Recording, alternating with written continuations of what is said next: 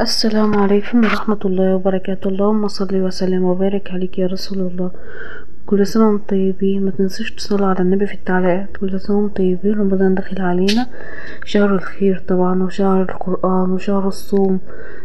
يا رب يكون شهر خير علينا كلنا يا رب. كل سنة وانتم طيبين بمناسبة رمضان. طبعا بقى احنا كده عاملين مع بعض النهاردة كفتة داود باشا بالشكل اللي انتوا شايفينه ده. جميلة جدا وطعمها جميل، هتعجبكم لو جربتوها. زي ما انتوا شايفين كده شكلها معانا. دي الكفتة معانا، ومعانا الرز والصلصة بتاعتها. بصوا طريقتها جميلة جدا وسهلة. يلا بينا كده نشوف الطريقة مع بعض. ما تنسوش تعملوا لايك وتعملوا اشتراك وتفعلوا زر الجرس عشان يوصلك كل جديد. اللي معانا دلوقتي كده نص كيلو لحمة او كيلو على حسب اللي معاكي. انا معايا نص كيلو لحمة، وهنا معايا كده مقدار 3 بصلات كبار. انا مش هاخدهم كلهم على اللحمة. انا مزودة.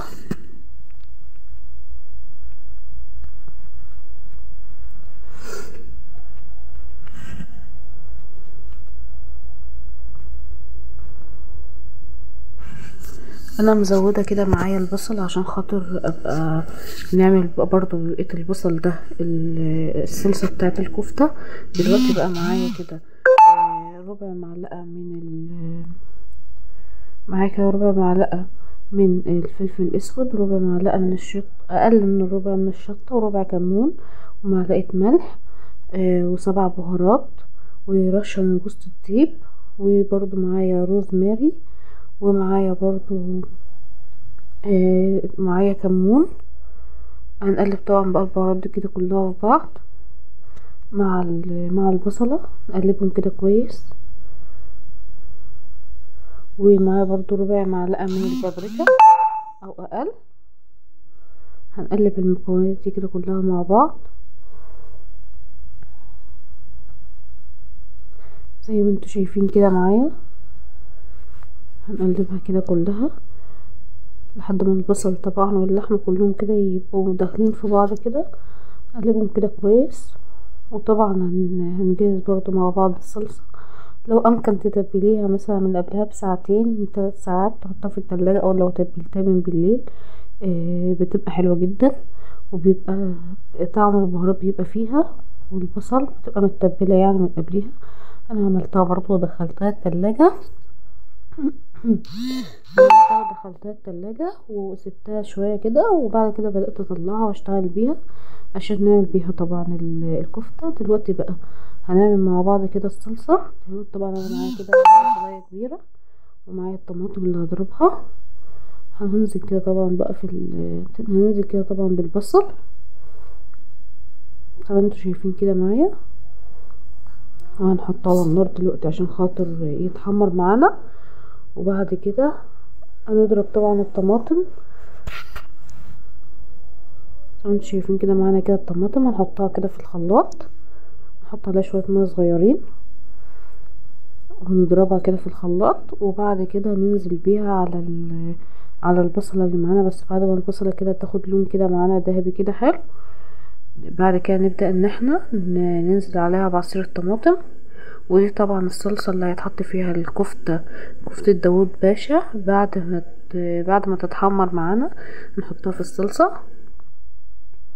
هنحط دلوقتي البصل على النار، نحط لها كده شوية زيت زي ما انتوا شايفين كده معايا كده، وهنقلبها طبعا لحد ما تحمر معانا. الكفتة دي جميلة جدا وسهلة ومتاخدش وقت. ممكن طبعا تعمليها وتدخليها الفريزر.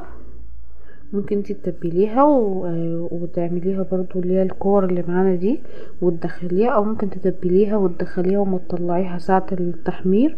تعمليها زي ما تحبي، بس هي بتبقى حلوة يعني تتبل وتخش تنفع في اي وقت. جاي بقى متأخر من الشغل، جالك ضيوف فجأة، تطلعيها على طول. يعني مش هتاخد منك وقت خالص طول ما هي متبلة وقاعدة في تتبيلتها، وطعمها كمان بيبقى حلو وهي في التتبيلة. زي ما انتم ملاحظين كده البصلة كده بدأت تاخد معايا كده اللون لسه خفيف. استنيه بس كده تاخد لون كمان كده دهبي حلو كده، وننزل على طول بالصلصة معانا.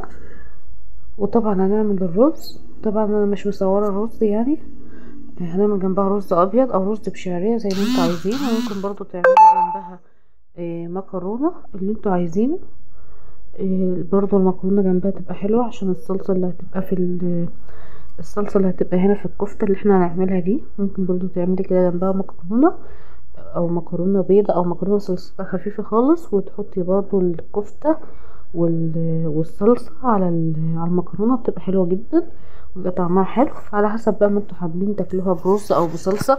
على العموم يعني في كلا الاحوال هي كده حلوه وكده حلوه. هي بصراحه كفته جميله جدا، طعمها حلو. فزي ما انتوا حابين بقى، حابين تجربوها على رز ابيض، حابين تجربوها على رز بشعريه، حابين تجربوها على رز على مكرونه، اللي انتوا عايزينه. دلوقتي طبعا بقى انا البصل لما احمرت هنزل كده بالعصير الطماطم اللي معايا، وهسيبه كده برضو على النار كده يغلي كام غلوه. انا مش عايزاها صلصه تقيله، مش عايزاها تتسبك يعني، عايزاها صلصه بس تكون خفيفه برضو عشان خاطر قوامها مع الكفته ومع الرز والحاجات دي. مش عايزاها صلصه تقيله، لا عايزاها تقيله قوي ولا عايزاها خفيفه خالص كده زي الميه. عايزاها برضو